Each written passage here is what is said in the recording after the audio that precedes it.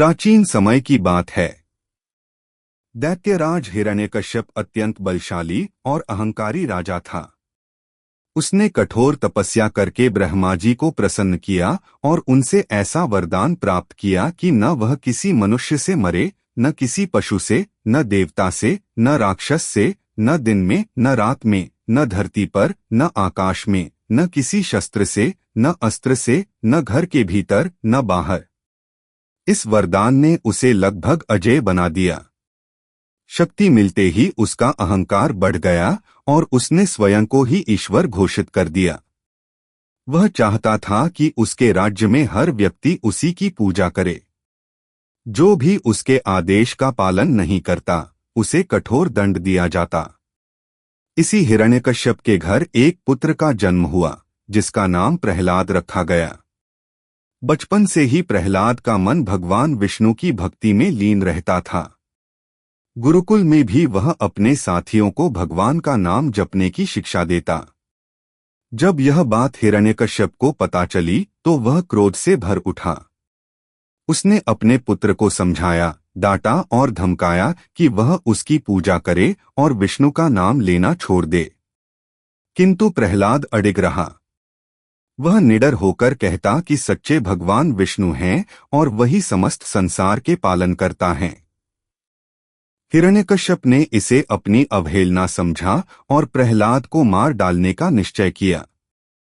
उसने कई उपाय किए, कभी विष देकर, कभी हाथियों के पैरों तले कुचलवाकर, कभी ऊंचे पर्वत से गिरवाकर, तो कभी सर्पों के बीच डालकर प्रहलाद को समाप्त करने की कोशिश की गई।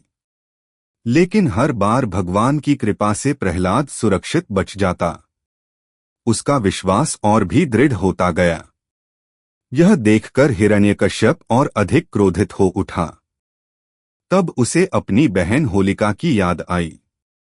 होलिका को वरदान प्राप्त था कि अग्नि उसे जला नहीं सकती। हिरण्यकश्यप ने योजना बनाई कि होलिका प्रहलाद को अपनी गोद में लेकर अग्नि में बैठे और प्रहलाद जलकर भस्म हो जाए। योजना के अनुसार चिता सजाई गई। होलिका प्रहलाद को गोद में लेकर अग्नि में बैठ गई। चारों ओर अग्नि की लपटें उठने लगीं।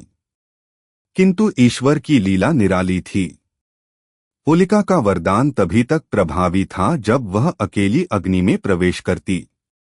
जैसे ही वह छलपूर्वक प्रहलाद को लेकर अग्नि में बैठी, वरदान निष्फल हो गया। प्रहलाद भगवान का नाम जपता रहा और अग्नि की लपटों के बीच सुरक्षित रहा, जबकि होलिका जलकर भस्म हो गई। हिरण्यकश्यप को जब यह समाचार मिला तो उसका क्रोध सीमा पार कर गया। उसने प्रहलाद से पूछा, तुम्हारा भगवान कहाँ है? प्रहलाद ने शांत स्वर में कहा, वह हर जगह है। क्रोधित होकर हिरण्यकश्यप ने महल के एक खंभे पर प्रहार किया और पूछा, क्या वह इसमें भी है? तभी उस खंभे से भगवान विष्णु नरसिंह अवतार में प्रकट हुए। उनका स्वरूप आधा मनुष्य और आधा सिंह का था। उन्होंने संध्या समय, जो न दिन था न रात, राजमहल की चौखट पर, जो न भीतर थी न बाहर, हिरण्यकश्यप को अपनी जंघा पर बैठाकर, जो न धरती थी न आकाश, अपने नखों से उसका वध कर दिया, जो न अस्त्र थे न शस्त्र। इस प्रकार ब्रह्मा के वरदान की प्रत्येक शर्त पूरी हुई और अत्याचार का अंत हुआ। इस कथा का संदेश अत्यंत गहरा है। सच्ची भक्ति, दृढ़ विश्वास और धर्म का मार्ग अपनाने वाला व्यक्ति अंततः विजयी होता है। अहंकार और अत्याचार चाहे कितने ही शक्तिशाली क्यों न हो, उनका अंत निश्चित है। होली का पर्व हमें यह याद दिलाता है कि सत्य और श्रद्धा की ज्योति कभी नहीं बुझती और बुराई का दहन अवश्य होता है। इसी विश्वास और उल्लास के साथ हर वर्ष होलिका दहन और उसके अगले दिन रंगों की होली मनाई जाती है।